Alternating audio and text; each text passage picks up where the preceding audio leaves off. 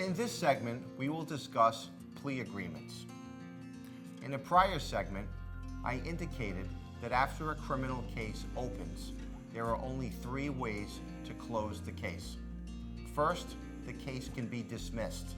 This is typically done at the request of the prosecutor or the judge presiding over the matter. The second way that a criminal case can end is through the trial process, with either a judge sitting alone or a jury. The third and most common way that criminal cases end is with what is known as a plea agreement. A plea agreement is an agreement struck by the prosecuting and defense attorneys regarding exactly how and when a criminal case will close.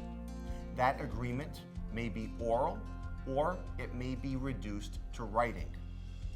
During the pretrial conferencing process, the attorneys come together to discuss the case. The prosecution focuses on the strengths of its evidence against the defendant. The defense focuses on weaknesses in the prosecution's case, as well as applicable legal defenses recognized by the law, things like self-defense, consent, alibi, defense of others, and more.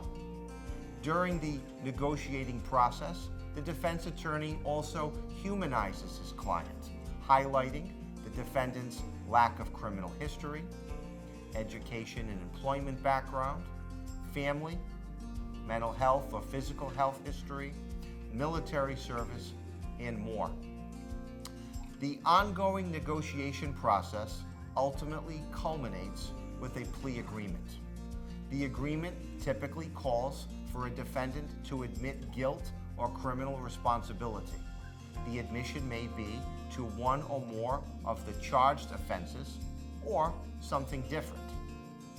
In exchange, the prosecuting attorney will agree to dismiss certain charges and or recommend a particular punishment. Where the parties can agree both on the crimes that the defendant will admit as well as the sentence that he or she will receive, they will present the plea agreement to the court for approval. Where they cannot agree on all terms, they will present those agreed upon terms to the court and then argue for their respective positions.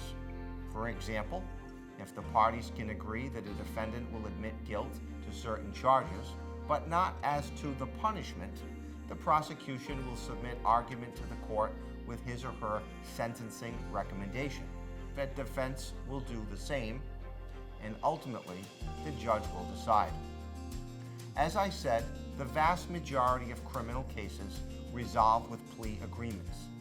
If you've been charged with a crime and you have questions about a potential plea agreement in your case, call my office for a free consultation.